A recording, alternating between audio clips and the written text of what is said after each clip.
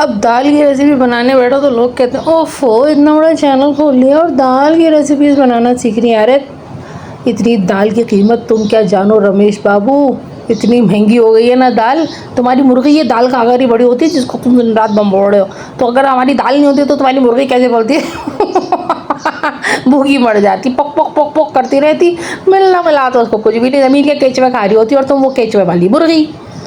तो बात यह है कि दाल के लिए जितने सारे मसाले हमने जितने सारे मुहावरे हमारी उर्दू में है ना, तुम्हारे गोश्त के लिए तो कद्दू भी नहीं है बात यह है कि जूतियों में दाल बटने का मुहावरा आपने कहीं सुना होगा, बिल्कुल सुना होगा। ये उन्हीं लोगों के घरों में होता है जहाँ पे बहुत बड़े बड़े घर होते हैं, अंदर सब एक एक कमरे में रह रहे होते हैं। आपका छोटा सा घर होता है लेकिन आपके 6 कमरे भी अपने होते हैं, 2 कमरे भी अपने होते हैं, 3 कमरे भी अपने होते हैं। आप उनको देख के हो रहे होते हैं कि जिनके पास बड़े बड़े घर है, हो यार क्या बड़े घर में रहते हैं, क्या बड़े। ये नहीं पता कि अंदर 4 भाई रह रहे हो, सबको एक एक दड़वा एक एक कमरा ही मिला हुआ है, उसी में मुर्गियों की तरह घुसे हुए, उसी में बच्चे भी हैं, उसी में बड़े बच्चे भी हैं, उसी में बाथरूम भी है, बस चलो सब वही है।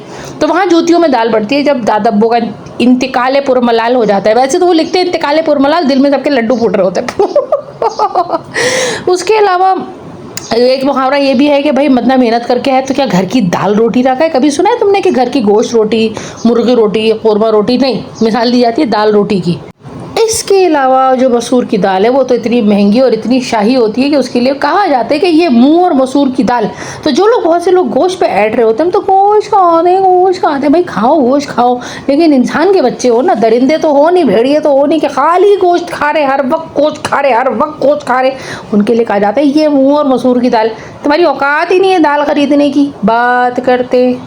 और फिर देखो कहीं कोई मामला ख़राब भी हो जाए तो भी दाल का ही जिक्र आता है, कहा जाता है पूरी दाल में कुछ काला लग रहा है। कहीं पे सुना है लिखा है गोश्त में हड्डी लग रही है या गोश्त में काला लग रहा है? नहीं, दाल में काला लग रहा है। तो dal is a very important part of our life. और आपकी मुर्गी आप भी वही दाल खाती है, आपका बकरा चने के खेत में जा रहा होता है और ये आप लोगों का बकरा ही घुसता है जो माधुरी दीक्षित ने गाना गाया था, हुई चोरी चने के खेत में। Dal is a very important part of every animal being.